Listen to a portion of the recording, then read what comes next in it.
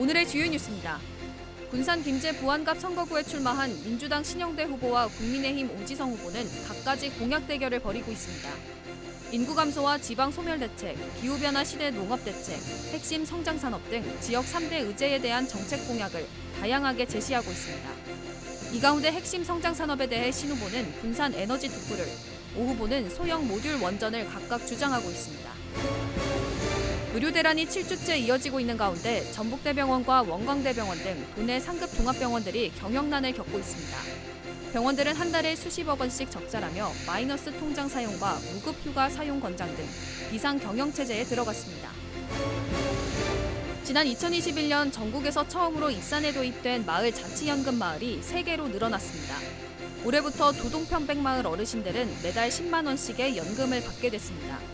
이로써 익산의 3개 자치연금 마을 70여 명의 어르신들은 태양광 발전 등 자체 수익 사업으로 연금 혜택을 받게 됐습니다. 여러분 안녕하십니까? 4월 4일 목요일 종합뉴스입니다. 군산 김제 부안갑 선거구에 출마한 민주당 신영대 후보와 국민의힘 오지성 후보는 갖가지 공약 대결을 벌이고 있습니다. 이들은 인구 감소와 지방 소멸 대책, 기후변화 시대 농업 대책, 핵심 성장 산업 등 지역 3대 의제에 대한 정책 공약을 다양하게 제시하고 있는데요. 이 가운데 핵심 성장 산업에 대해 신 후보는 분산 에너지 특구를, 오 후보는 소형 모듈 원전을 각각 주장하고 있습니다. 모영숙 기자입니다. 인구 26만 명이 무너지고 군산을 떠나는 청년이 한 해 5천 명이 넘습니다. 재선 도전에 나선 민주당 신영대 후보는 인구 감소를 막기 위해 주민등록지의 주소를 하나 더 가질 수 있도록 복수 주소제 도입을 약속했습니다. 당선 직후 정부가 지방의 재정을 지원하는 방안과 지역에 입주한 대기업이 지역 인재를 고용할 수 있도록 의무화하겠다고도 강조했습니다. 국민의힘 오지성 후보는 인구 감소의 원인을 저출산으로 보고 출산장려금을 파격적으로 지급하겠다고 공약했습니다. 내년 주민세에 청년세를 포함시키거나 청년지원세를 따로 만들어 재정을 확보하겠다는 겁니다. 갈수록 심각해지는 기후변화로 생존 환경이 급변하면서 농업정책에 대한 관심도 높아지고 있습니다. 이에 대해 신영대 후보는 차액을 보전해주면 농산물 가격의 안정화에 도움이 되고 농민들에게 기본소득을 제공하겠다고 내걸었지만 입법 타당성은 살펴봐야 할 부분입니다. 오지성 후보는 젊은 세대 귀농을 장려하기 위해 내년 3월까지 지원을 대폭 늘리고 전문적인 농업 활성화를 제시했지만 구체적인 추진 방안은 나오지 않았습니다. 핵심 성장 산업을 위한 두 후보의 시각은 신재생에너지와 원전으로 갈립니다. 신영대 후보는 폐배터리 재생산을 위한 2차 전지 리사이클 센터를 설립하고 한전을 거치지 않고 수요자에게 직접 전기를 팔 수 있는 분산 에너지 특구를 조성하겠다고 약속했습니다. 오지성 후보는 내년 10월까지 차세대 원전인 소형 모듈 원전을 배후에 설치해 새만금에 띄우고 값싼 전기료를 공급하겠다고 밝혔습니다. 하지만 두 후보 모두 구체적인 재원 마련이나 추진 계획은 내놓지 못했습니다. 군산 김제 부안갑 선거구의 유권자는 21만 5천여 명, 정책과 공약은 다르지만 한 표라도 더 잡기 위해 표심을 파고들고 있습니다. KCN 모영숙입니다. 전농 전북도연맹과 익산시 농민회 등이 전권희 진보당 익산갑 후보를 지지한다고 밝혔습니다. 농민단체들은 윤석열 정권은 양곡관리법 거부권 행사와 영농자재값 폭등, 농산물 가격 상승만 남겨 농가는 위기에 내몰리고 유통업자만 배를 불리고 있다고 지적했습니다. 이어 농업 현실을 직시하고 대안을 가진 국회의원이 요구된다며 농민을 존중하고 도시와 농촌 상생에 힘쏟는 전권희 후보를 지지한다고 선언했습니다. 총선 유권자들은 투표 인증샷을 투표소 내에서 촬영할 수 없습니다. 중앙선거관리위원회는 사전투표 기간인 5일과 6일, 선거일인 10일에 투표 인증샷은 투표소 밖에서만 촬영할 수 있다고 밝혔습니다. 인터넷이나 SNS에 손가락으로 기호를 표시한 사진이나 특정 후보자의 선거 벽보를 배경으로 투표 권유 문구를 적어 게시하는 것은 가능합니다. 하지만 투표지를 촬영해 SNS 등에 올리거나 전송하는 건 불법이며 이를 위반하면 2년 이하의 징역형이나 400만 원 이하의 벌금형에 처해집니다. 22대 총선 여론조사는 어제까지 진행된 것에 한해서만 공표가 가능합니다. 전북자치도 선거관리위원회는 오늘부터 10일 오후 6시까지 정당 지지도나 당선인을 예상하게 하는 여론조사 결과를 공표하거나 인용해 보도할 수 없다고 밝혔습니다. 다만 어제까지 진행된 여론조사의 경우 공표 금지 기간 전에 이뤄진 것임을 명시해 보도할 수 있습니다. 한편 도내에서는 지금까지 5건의 여론조사 위반 행위가 적발돼 고발이나 경고 조치가 됐습니다. 도내 시민사회단체가 제22대 총선은 제대로 된 정책 공약을 찾아보기 힘들다고 비판했습니다. 참여자치전북시민연대는 오늘 논평을 통해 22대 총선은 새로운 길을 제시하는 정책 공약은 찾아보기 힘들고 정권 심판만 우선시되고 있다고 지적했습니다. 또 오랜 기간 전북 정치를 독점하고 있는 특정 정당은 오만함이 자리하고 있는 것은 아닌지 의심스럽다고 주장했습니다. 이 단체는 정치를 바꾸기 위해서는 적극적으로 투표 권리를 행사해야 한다며 유권자들의 투표를 독려했습니다. 새만금 관할권 결정을 위한 행정안전부 중앙분쟁조정위원회가 다음 달 17일 열립니다. 분쟁 대상이 된 지역은 새만금 동서도로와 신항만 방파제, 709 방수제 등 3곳입니다. 중분위는 헌법재판소가 지방자치법 일부 조항에 대해 합헌 결정을 내리면서 관할 지역을 어떻게 결정할지 주목됩니다. 관할 지역이 결정되면 새만금 스마트 수변 도시와 신항만 관할권 결정에도 영향을 줄 것으로 전망됩니다. 전북자치도와 익산시, 한국선배시 바이오 산업 육성 협약을 맺었습니다. 이를 통해 앞으로 바이오 산업 육성을 위한 다양한 협력 사업을 추진하게 됩니다. 또 관련 정책과 동향 자료 공유 등 상호 발전을 위한 협력 체계를 구축합니다.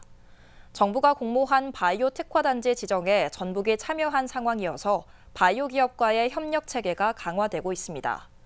한편 하림그룹 계열사인 한국선뱃은 국내 동물용 의약품 업계의 대표 기업입니다. 의료 대란이 7주째 이어지고 있는 가운데 전북대병원과 원광대병원 등 도내 상급 종합병원들이 경영난을 겪고 있습니다. 병원들은 한 달에 수십억 원씩 적자라며 마이너스 통장 사용과 무급휴가 사용 권장 등 비상 경영 체제에 들어갔습니다. 김은서 기자입니다.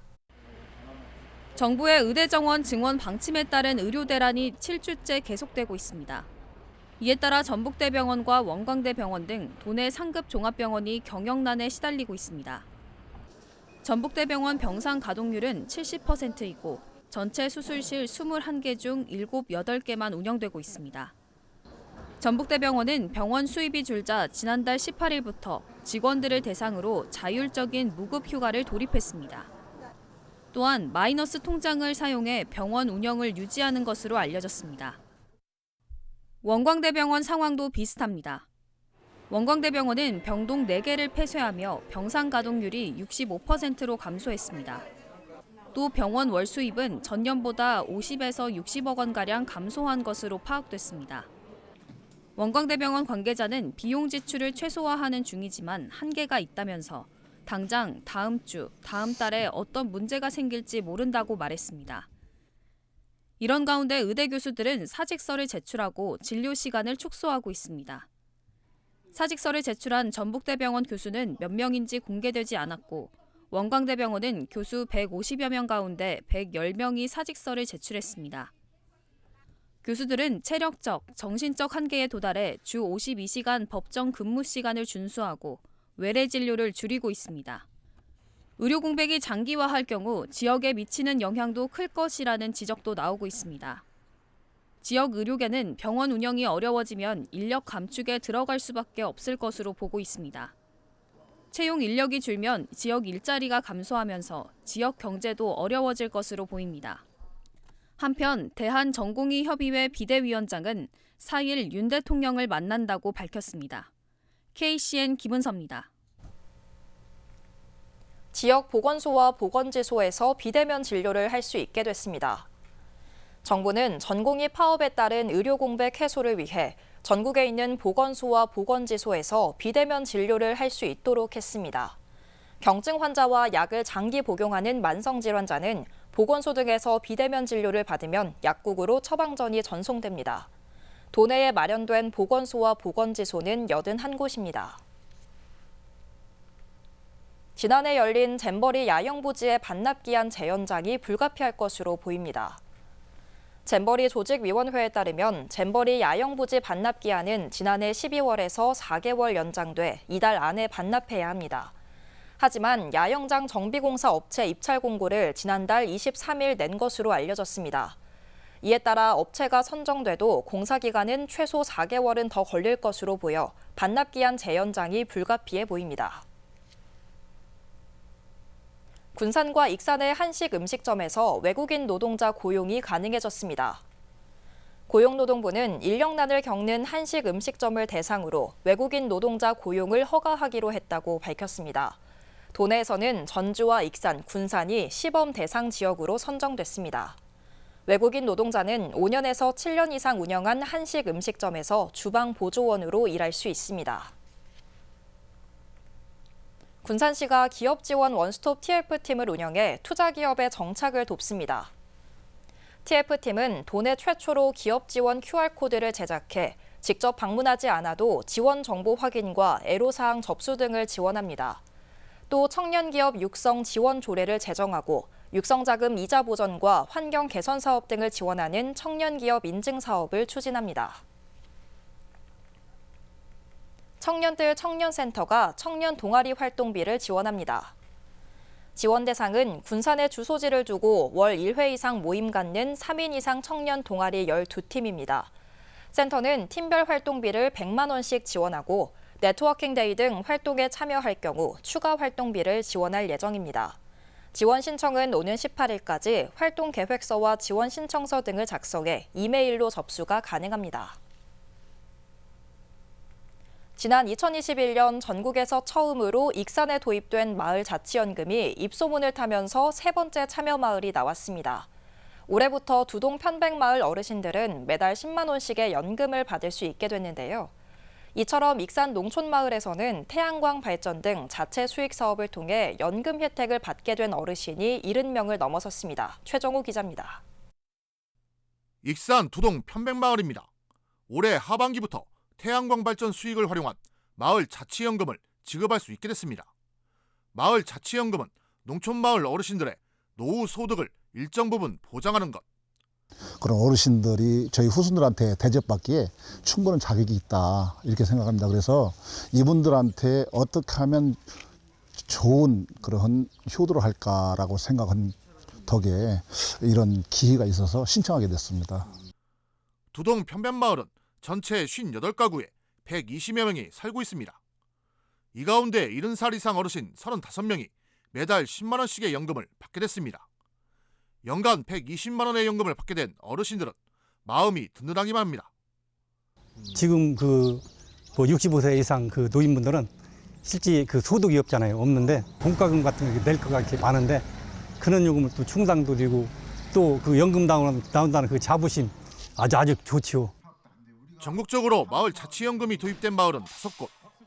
이 중 익산에만 성당포구 마을과 금성마을, 두동 편백마을까지 3곳이 몰려 있습니다. 이들 마을에 거주하며 연금 혜택을 받는 어르신은 70여 명에 이르고 있습니다. 익산시는 전국 최초로 마을 자치연금 지원 조례를 만들어 사업 지원과 안정적인 운영 근거를 마련했습니다. 또 성당포구 마을에는 마을 자치연금 연수소를 운영해 전국 지자체가 벤치마킹에 나서고 있습니다. 익산시는 마을 자치연금 도입을 원하는 농촌마을이 계속 나오고 있는 만큼 올해 4번째 신청 공모를 진행할 계획입니다. 마을 자치연금 선도도시로서 이것이 모범 사례가 돼서 전국적으로 확산이 되고 이것이 국민연금에 이어서 제2의 연금 역할을 할 수 있게 그렇게 될 때까지 저희들이 열심히 달릴 겁니다. 3년 전 익산에서 처음으로 도입된 마을 자치연금. 농촌마을 어르신들의 노후복지 보장에 보탬이 되면서 이를 도입하려는 마을이 계속 늘어나고 있습니다. KCN 최정호입니다. 여자친구와 말다툼을 벌이다 극단적인 선택을 하려던 20대 남성이 구조됐습니다. 군산 소방서에 따르면 오늘 새벽 3시 30분쯤 군산 나운동의 한 호텔에서 여자친구와 말다툼을 벌이던 20대 남성이 4층 발코니 난간에 걸터 앉아 있었습니다. 구조대원들은 만약의 상황에 대비해 에어매트를 설치했고 이 남성을 설득해 경찰에 인계했습니다. 군장대학교 생활관에서 불이 나 기숙사생 130여 명이 긴급 대피했습니다. 군산소방서에 따르면 어제 오후 6시 30분쯤 군산 경암동 군장대학교 생활관 2층에서 불이 나 40분 만에 꺼졌습니다. 다행히 인명피해는 발생하지 않았으며 소방서 추산 2,500만 원의 재산 피해가 났습니다. 경찰과 소방당국은 정확한 피해 규모와 화재 원인을 조사하고 있습니다. 군산시가 고액 상습 체납자의 가상화폐 자산 징수에 나섭니다. 시는 500만 원 이상 개인 체납자 623명의 가상화폐 자산을 파악해 압류에 나선다고 밝혔습니다. 이를 위해 국내 5개 가상자산 거래소에 대해 이들의 자산 조회를 의뢰했고 회신 결과 검토를 거쳐 가상자산 압류 등 체납 처분을 추진할 예정입니다. 한편 군산시는 가상자산 투자 급증에 따라 지난 2021년부터 가상자산 체납 처분을 해왔습니다. 코레일의 호남권 채용 필기시험이 오는 6일 원광대에서 시행됩니다. 원광대에 따르면 그동안 광주에서 시행됐던 코레일 호남권 채용 필기시험이 올해부터 익산에서 치러지게 됐습니다. 이에 따라 지난해 입사 지원자와 비슷한 2,300명 정도가 익산에 모일 것으로 전망됩니다. 한편 코레일은 올해부터 신규 직원의 35%를 지방대 출신으로 채용합니다. 미등록 경로당도 운영비 지원이 이뤄질 것으로 보입니다. 기획재정부는 내년부터 미등록 경로당에 대해 냉난방비와 양곡비 등을 지원할 계획이라고 밝혔습니다. 동네 어르신들의 쉼터로 이용되는 미등록 경로당은 노인 여가시설 등록 기준을 충족하지 못한다며 각종 지원에서 제외되면서 운영 관리에 어려움이 컸습니다. 익산시의 경우 미등록 경로당은 85곳이며 1,700여 명이 이용하고 있습니다. 익산병원이 농림축산식품부로부터 여성 농업인 특수 건강검진 기관으로 지정됐습니다. 이에 따라 다음 달부터 연말까지 익산 지역 여성 농업인은 익산병원에서 근골격계 등 5개 영역 10개 항목에 대해 무료 검진을 받을 수 있습니다. 검진 대상은 51세부터 70세까지의 여성 농업인입니다. 계속해서 전북권 뉴스입니다. 4.10 총선 전주시을 선거구에 출마한 국민의힘 정운천 후보가 삭발과 함거 유세에 이어 혈서까지 썼습니다. 정 후보는 도청 앞 광장에서 무릎을 꿇고 전북 발전을 이뤄내겠다는 결연한 의지라고 밝히며 백지에 오직 전북이라고 혈서를 썼습니다. 그는 전주 시민이 느낀 윤석열 정부에 대한 분노에 대해 많은 생각을 했다며 말문을 열고 아픔과 분노에 찬 마음이 이렇게까지 큰지 미처 몰랐다며 자책했습니다. 이어 오직 전북을 위해 여야 협치를 더욱 꽃피우고 청년들을 위해 양질의 일자리를 만들겠다고 약속하며 지지를 호소했습니다. 고창군의 고인돌과 운곡습지가 환경부가 추천하는 4월의 생태 관광지로 선정됐습니다. 고창 고인돌은 2000년 유네스코 세계문화유산으로 등재된 대표적인 청동기 시대 무덤 양식으로 전 세계적으로 다양성을 인정받고 있습니다. 운곡습지는 한때 농경지였으나 1980년대 초 영광 원전 건설 과정에서 주민이 이주했습니다. 이후 30년 넘게 폐경작지가 저층 산지습지의 원형으로 복원되면서 수달이나 삭과 같은 멸종위기 야생생물 등 850여 종의 야생생물이 서식하고 있으며 이 같은 생물 다양성으로 2011년 3월 습지 보호지역 지정, 같은 해 4월 람사르 습지 등록이 이뤄졌습니다. 전화통화를 하며 길을 걷던 여고생을 둔기로 무차별 폭행하고 목을 졸라 살해하려 한 50대에게 실형이 선고됐습니다. 전주지법 제11형사부는 살인미수 및 특수상해 혐의로 구속 기소된 50대 A씨에게 징역 6년을 선고했다고 밝혔습니다. A씨는 지난해 10월 28일 오후 10시쯤 전주시 완산구의 한 인도에서 비양을 넘어뜨린 뒤 주먹과 발, 둔기 등으로 10여 분간 폭행하고 가방끈으로 목을 졸라 살해하려 한 혐의로 기소됐습니다. A씨는 체포 이후 통화하는 여고생의 웃음소리가 기분 나빴다고 범행 동기를 밝혔습니다. 지금까지 전북권 뉴스 김은서입니다. 전북자치도 교육청이 익산과 전주 학교 6곳에서 학교 현장 실습 학기제를 시범 운영합니다. 학교 현장 실습 학기제는 기존 4주간 진행하던 교육 실습과 별도로 한 학기 동안 교원을 양성하는 교육과정으로 오는 2028년 본격 운영될 예정입니다.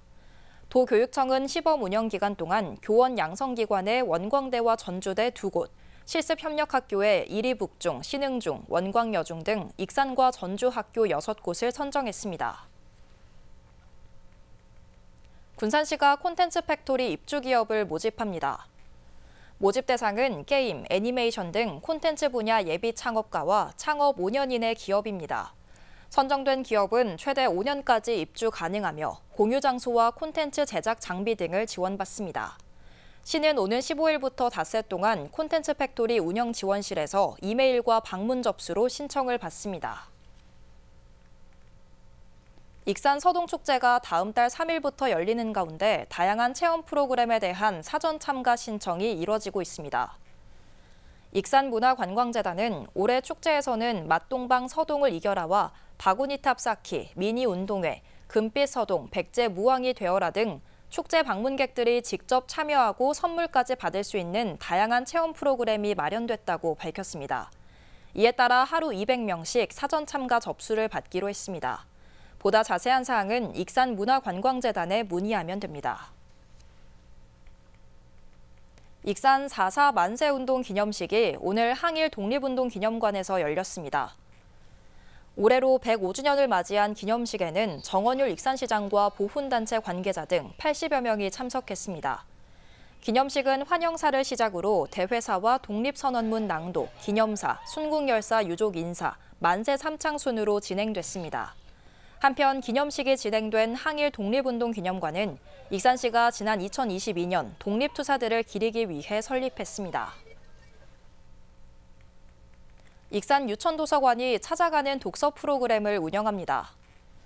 도서관은 초등 저학년 12명을 대상으로 오는 6월부터 9월까지 총 15차례 프로그램을 운영합니다. 프로그램은 독후 활동과 독서 연계 체험, 그림책 작가와의 만남 등이 진행됩니다. 유천도서관은 지난해 국립어린이 청소년 도서관의 도서관과 함께 책 읽기 사업에 선정돼 360만 원을 지원받아 2년 동안 이 같은 프로그램을 운영 중입니다. 다음은 우리 동네 소식입니다.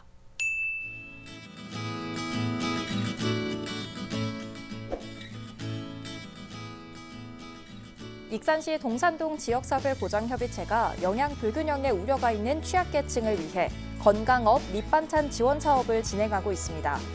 건강업 밑반찬 지원 사업은 질병과 노환, 장애 등으로 식사를 직접 준비하기 어려운 취약계층 대상자들에게 반찬을 지원하는 사업인데요.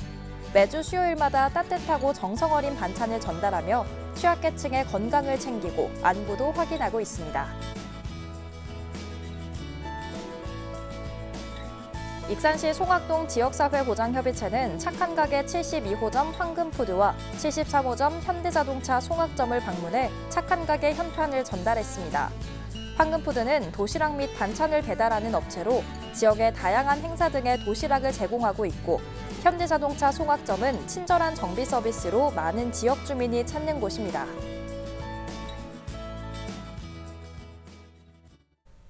이어서 내일의 날씨입니다.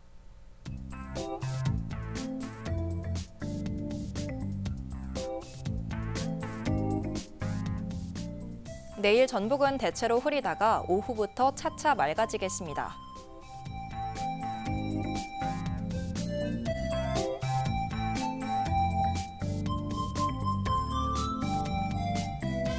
기온은 5도에서 출발해 17도까지 오르겠습니다.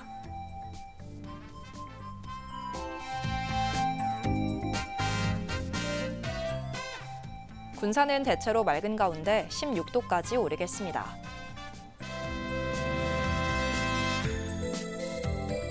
익산도 대체로 맑고 기온은 17도까지 오르겠습니다.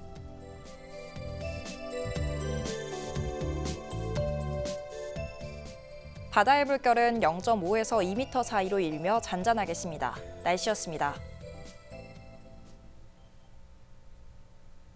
이상으로 KCN 종합뉴스를 마칩니다. 정확한 보도로 늘 함께하겠습니다. 시청해주신 여러분 고맙습니다.